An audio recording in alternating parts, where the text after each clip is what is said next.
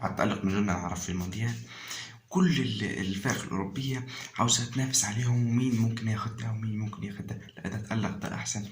يقول لك أهم صفقات الميركاتو الشتوي بالعرب بالمش عرب، من الصفقات اللي محتمل كبير إنها تتم، بالصفقات اللي ممكن تتم، وفي الصفقات اللي تمت. يعني يجيب لك كل الأشكال وكل الأنواع. المهم خلينا نبدأ الأول بالصفقات اللي ممكن تتم. عندك في البداية عندك حكيم زياش من تشيلسي لإنسي ميلان. طب هل حكيم زياش من تشيلسي لإنسي ميلان هل هذه الصفقة ممكن تفيد اللاعب؟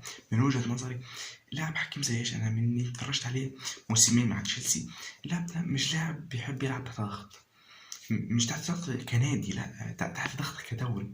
دوري زي دوري البريمير ليج مش هيدي فيه كل حاجة بتاعته، بس أنا شايف إن هو ممكن يبدأ في الكالشيو، لأنه مهما كان لا كالشيو ولا لا ليجا ولا أي دوري من الدوريات الأوروبية هتكون بنفس ضغط البريمير ليج. فأنا شايف صفقة ناجحة جدا لو راح من تشيلسي لإي سي ميلان، دي صفقة.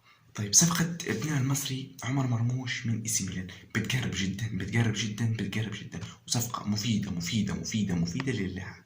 كمان إن هو حتى الآن مش عايز يجدد عشان يمشي لبروسيا دورتموند بالمجاني وراتب كويس، مالناش دعوة بالأمور دي. لينا دعوة هل الصفقة مفيدة للاعب؟ طبعا مفيدة للاعب. صفقة مرموش بروسيا دورتموند مفيدة جدا لمرموش. وآخر طبعا زي ما عارفين احنا بروسيا دورتموند صناع النجوم زي آخر واحد هالاند وحاليا بيلينغهام.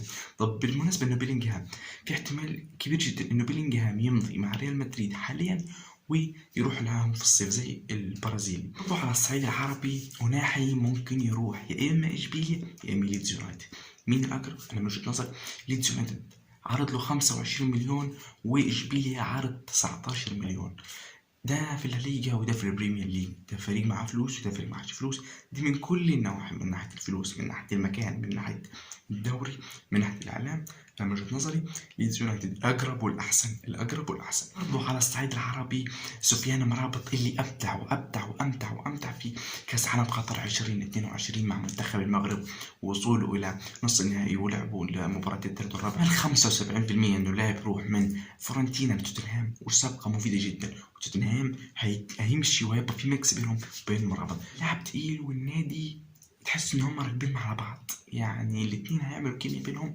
وانا طبعا ما بتمناش يروح للخصم التقليدي من مشجع ارسنال.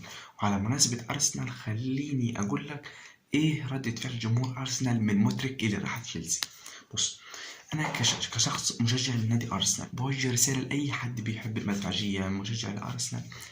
بص انا شخص مقتنع بانه عمر ما اللاعب يضيف للنادي، النادي هو اللي بيضيف للاعب مهما كان حجم اللاعب ومهما كان حجم النادي. طيب في صفقة اللي مزعل جمهور أرسنال، الصفقة تمت فضل على إمضة اللاعب، الفلوس تمام، النادي تمام، كل حاجة كانت جاهزة إنه الموهبة الأوكرانية مودريك تيجي أرسنال. عارف لو مودريك سابنا عشان فلوس يروح في لاليغا ولا يروح في دوري فرنسي ولا، لكن تروح للخصم التقليدي تشيلسي في لندن، لا دي مرضهاش. بس انا ما تفرقش معايا اللاعب، مش عاوزني انا بطولات، انا ماسك اول الدوري مش فارق معايا اللاعب. وانا بفضل الله معايا مواهب ما تخلص، من كيتي من ساكا من مارتينيلي من اوديجارد من تشاكا من صليبا من رامزديل، معايا مواهب ما تخلص. يعني انت مش هتيجي تضيف لي، فاهمني؟ فرسالة لكل جمهور ارسنال عادي فكك من اللاعب، اللاعب مش بيضيف للنادي، النادي بيضيف لللاعب. بالمناسبة دي انا بحترم اساسا الانديه اللي زي ريال مدريد والنادي الاهلي المصري بامانه. دول أندية بص فرصتي بتيجي مرة واحدة بس مش هتتعوض. شفنا يعني نجوم على النادي الأهلي من حضري من النجوم اللي راحوا بيراميدز في الفترة الأخيرة، ريال مدريد آخر حاجة مبابي يعني مثلا. بأمانة بدي تحية للأندية اللي زي. بس كده كان معكم محمود من كرم دغرف حلقة للمركز الشتوي، ولسه كمان في حلقة هنعملها للمركز الشتوي، بس عايزين نوصل 500 مشترك في أقرب وقت. لايك شير سلام.